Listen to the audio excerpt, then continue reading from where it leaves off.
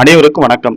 சற்று முன் கிடைத்த முக்கிய அறிவிப்பின்படி தமிழக அரசு ஊழியர்களுக்கான அகவிலைப்படி உயர்வு குறித்து தற்போது முக்கியமான மகிழ்ச்சியான அறிவு ஒன்று வெளியாகியுள்ளது. இதை பத்தி வீடியோல பார்க்க போறோம்.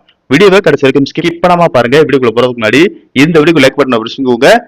உங்களுக்கு மத்திய மாநில அரசின் சலுகைகளை உடனுக்குடன் துல்லியமாக தெரிஞ்சுக்கணும்னா இந்த சேனலை சப்ஸ்கிரைப் பண்ணிக்கோங்க. வாங்க வீடியோக்குள்ள போகலாம். அரசு அலுவலர்கள் மற்றும் ஆசிரியர்களுக்கு 58% உள்ள அகவிலைப்படி 60% உயர்த்தி வழங்கப்படும் என்று தமிழ்நாடு முதலமைச்சர் விஜய் அறிவிப்பு வெளியிட்டுள்ளார். இது தொடர்பாக அவர் வெளியிட்டு இருக்கும் அறிவிப்பில் கூறியிருப்பதாவது: தமிழ்நாடு முதலமைச்சர் விஜய் அவர்கள் தலைமையிலான அரசு மக்கள் நலனை முன்னிறுத்தி மக்களுக்காக பல்வேறு நலத்திட்டங்களை வகுத்து செயல்படுத்த நடவடிக்கை மேற்கொள்ள உறுதிமொழி அளித்துள்ளது. இந்த திட்டங்களை வடிவமைப்பதிலும் அவற்றை முழுவீச்சு நடைமுறைப்படுத்துவதிலும் அரசு அலுவலர்கள் மற்றும் ஆசிரியர்கள் முக்கிய பங்கு வகுத்து வருகின்றனர். அவர்கள் நலனை கருத்தில் கொண்டு ஒன்றிய அரசு பணியாளர்களுக்கு 1/1/2026 முதல் 58% உள்ள அகவிலைப்படி 60% உயர்த்தப்பட்டுள்ள நிலையில் மாநில அரசு அலுவலர்கள் மற்றும் ஆசிரியர்களுக்கும் அதனால் பயன்பெறும் வகையில் மாண்புமிகு தமிழ்நாடு முதலமைச்சர் அவர்கள் இதனை கனிவுடன் பரிசீலித்து 1/1/2026 முதல் மாநில அரசு பணியாளர்களுக்கும் அகவிலைப்படியை உயர்த்தி வழங்க ஆணையிட்டுள்ளார்.